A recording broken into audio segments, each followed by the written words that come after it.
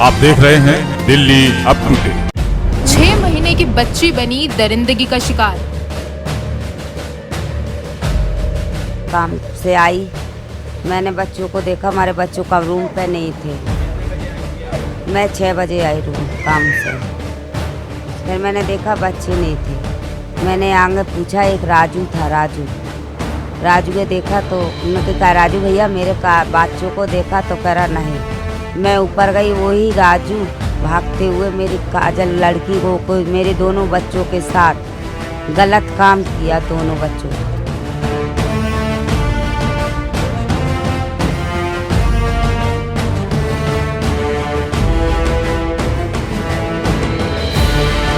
अगर इनको जल्दी से जल्दी इंसाफ नहीं मिला तो हम रोड पे भी उतरेंगे, थाने का घेराव भी करेंगे, एसीपी ऑफिस में भी जाएंगे, डीसीपी ऑफिस में भी जाएंगे, सीएम ऑफिस में भी जाएंगे। जहां भी हमारे को इंसाफ मिलेगा हम हर कदम आगे बढ़ेंगे, पीछे नहीं हटेंगे।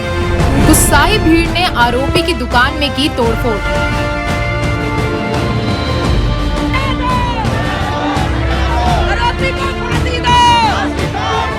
फांसी दो दोनों को फांसी चाहिए। हाँ, नहीं तो पब्लिक के बीच में डाल दो, पब्लिक अपने आप समझ लेगा क्या कर रहे हैं।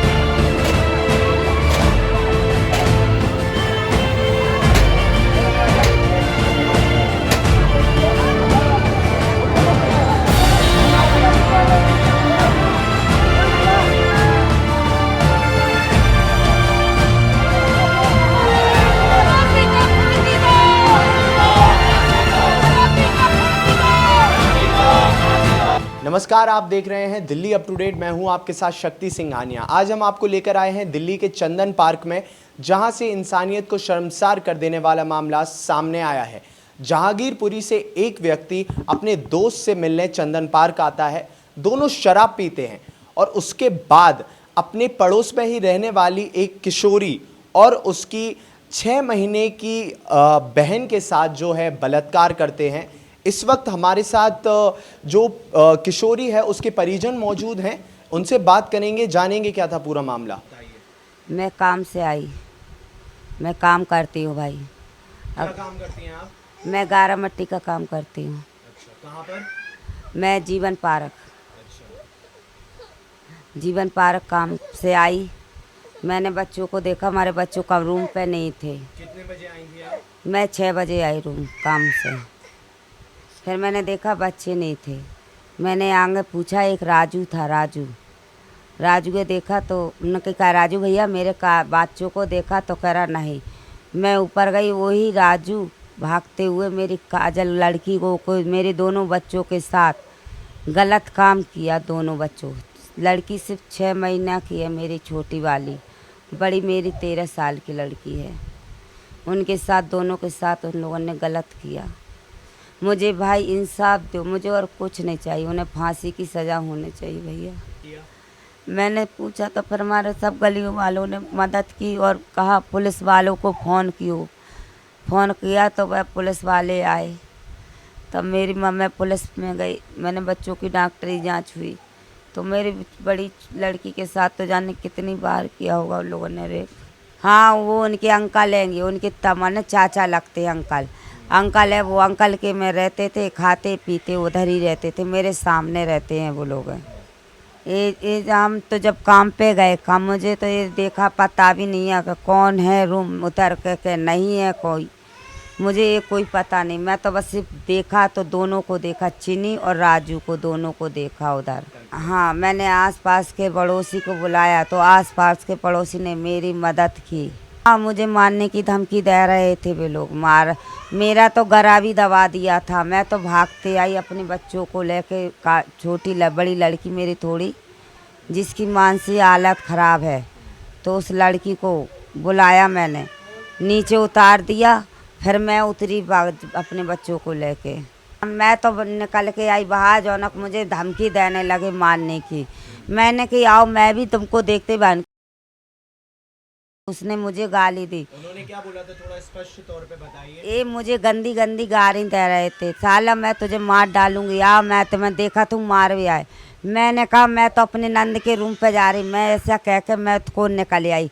मैं अपने इतना किया कि मैं अपने उधर जा रही, और मैं इसको आई, वो मुझे इसको ढूंढने चला गया बगल से, माने जानी उतरी को गई, तो मुझे उधर भी ढूंढने जा रहे थे वे लोग हैं, और मैं इधर दुख गई। मेरा जो मकान उतर था तो मैं उधर ही दुख गई।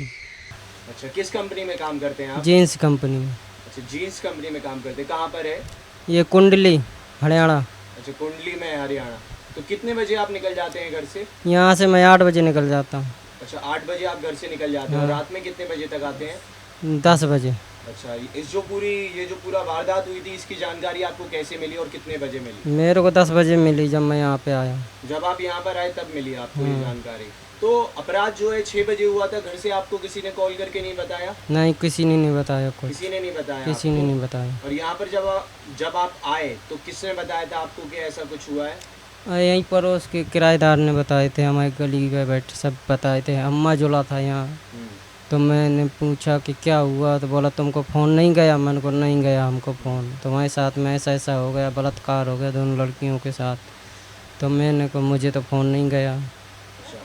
नहीं, आपकी इतनी 2 छोटी छोटी बच्चियां हैं, आप दोनों ही जो है अपने अपने काम पर जाते हैं, इधर पर उनको अकेला छोड़कर जाते हैं, तो ये कहीं ना कहीं आपकी लापरवाही भी दर्शाता है।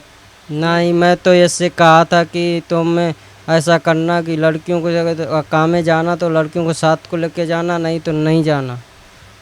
मैं अपना चला गया था 8 बजे। अच्छा, और फिर अस्पताल जब ले जाया गया तब आप मौजूद थे वहाँ पर? नहीं, मैं नहीं था वहाँ पे। मैंने गया वही 10:30 11 बजे। अच्छा, मेरे को कोई ले गया था। कौन से अस्पताल ले जाया गया था? जीमन। जीमन। अच्छा, कहाँ पर है ये? जंगीरपुरी। अच्छा, जहांगीरपुरी में ले जाया गया था अस्पताल में। अच्छा, वहाँ पर डॉक्टरों ने क्या बोला?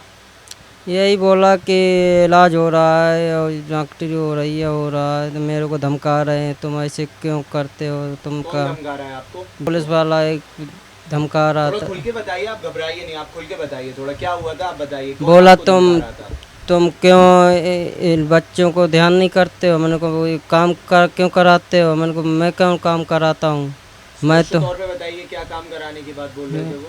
बोले तुम काम क्यों कराते हो? घरवाली से अपने बच्चों को नहीं देख सकते हैं। मैंने तो बोल के गया था कि काम ना जाना, घर में रहना, और अगर जाना तो लड़कियों को लेके जाना। तो नहीं मानी, मैं अपना चला गया। मुझे क्या पता क्या हो रहा क्या नहीं हो रहा है।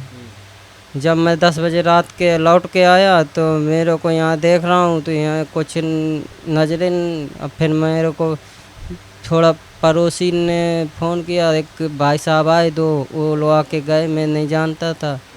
फिर वो लोगों लगा गए। पहले मेरे को बादली थाने बुलाया गया, तो मैं बादली थाने से नहीं, फिर डॉक्टर को फ़ोन आया कि तुम यहाँ आए आओ, तो वहाँ गया मैं। कोई नहीं पहुँचा यहाँ पर अभी, न कोई विधायक आया न कोई साथ दिया। और कल से नहीं 3 दिन से हम भाग रहे हैं, रात हो गया दिन हो गया, कोई हुआ नहीं। पुलिस वाले तो उल्टा धमकाते थे। पुलिस वाले आपको उल्टा धमका रहे हैं? हाँ, उल्टा धमका रहे थे कि तुम काम क्यों कराते हो, तुम ये लड़की के साथ वो नौकरान रखे हो, तुम्हारी लड़की नहीं है। तो मैंने कहा नहीं, ऐसा कुछ नहीं है, मैं कुछ नहीं कराता हूँ, मैं तो अपना चला जाता हूँ, जितना मेरा बनता मैं अपना करता हूँ।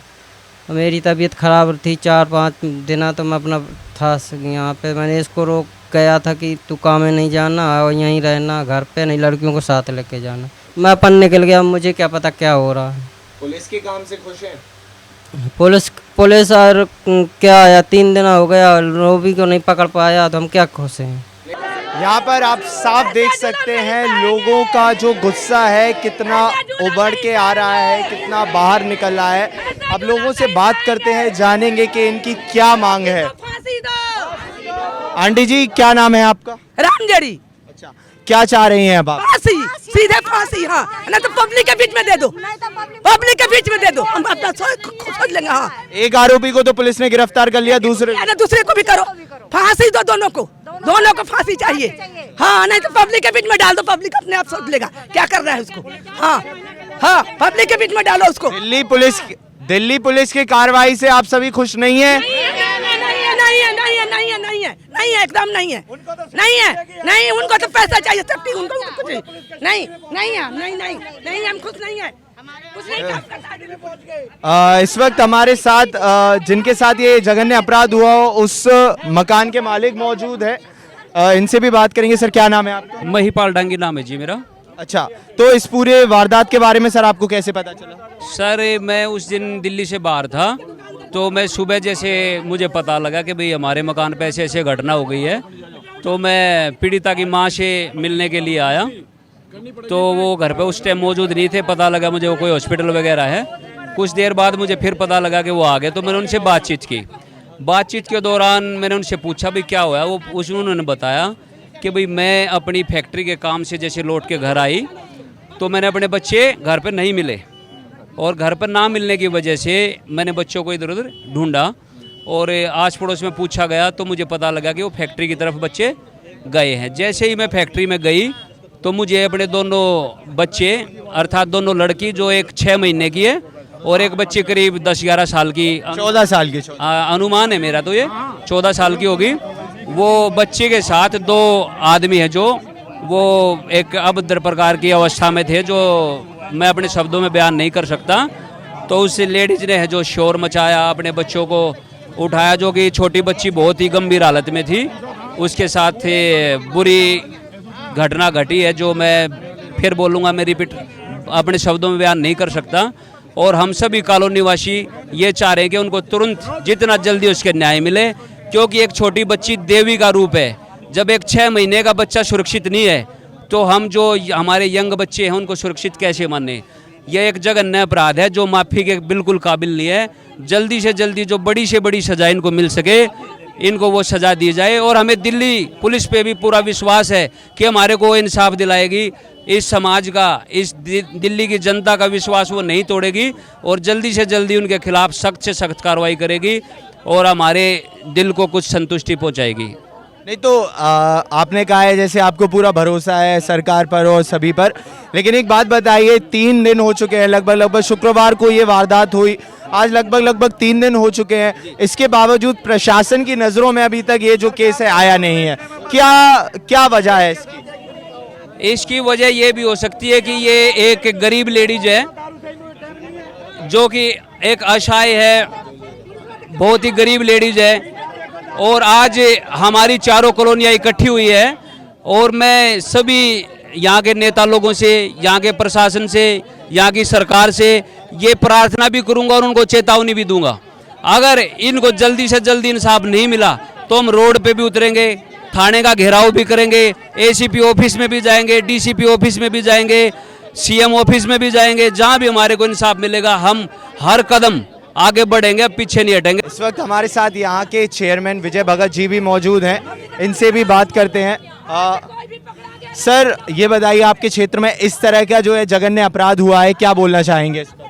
देखो, इसकी तो जितनी निंदा की जाए, जितनी निंदा की जाए, जितनी निंदा की जाए कम है।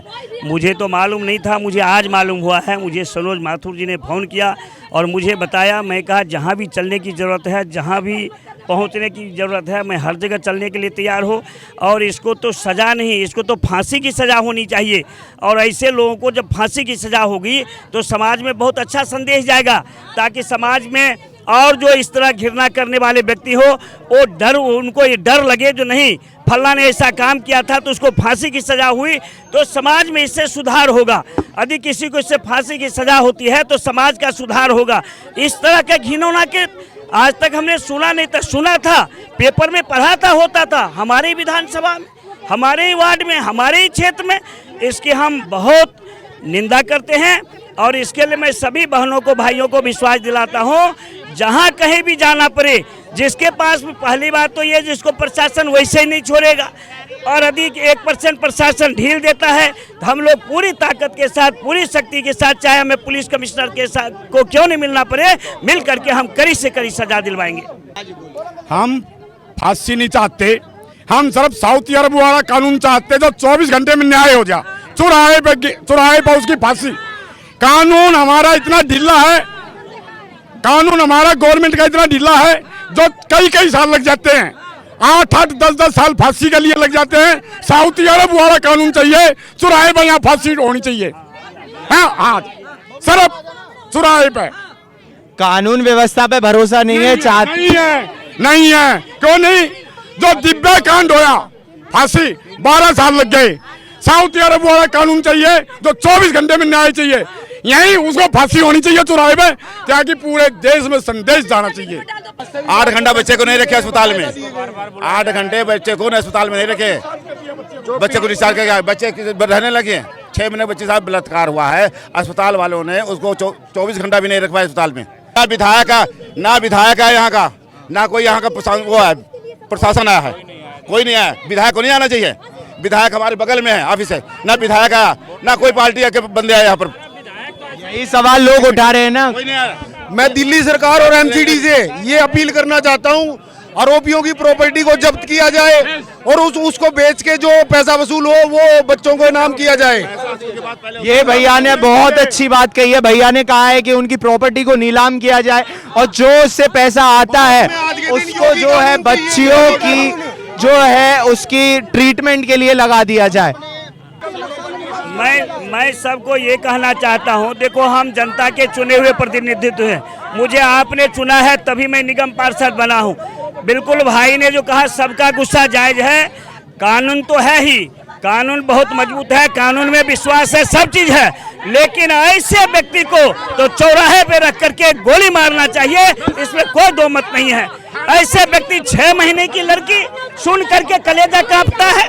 यहाँ पर हमारे साथ पार्षद जी भी मौजूद हैं, इनसे भी बात, जयप्रकाश राणा जी मौजूद हैं, इनसे भी बात करते हैं। सर, आपके यहाँ पर इस तरह का जो है जघन्य अपराध होता है, क्या कहेंगे आप?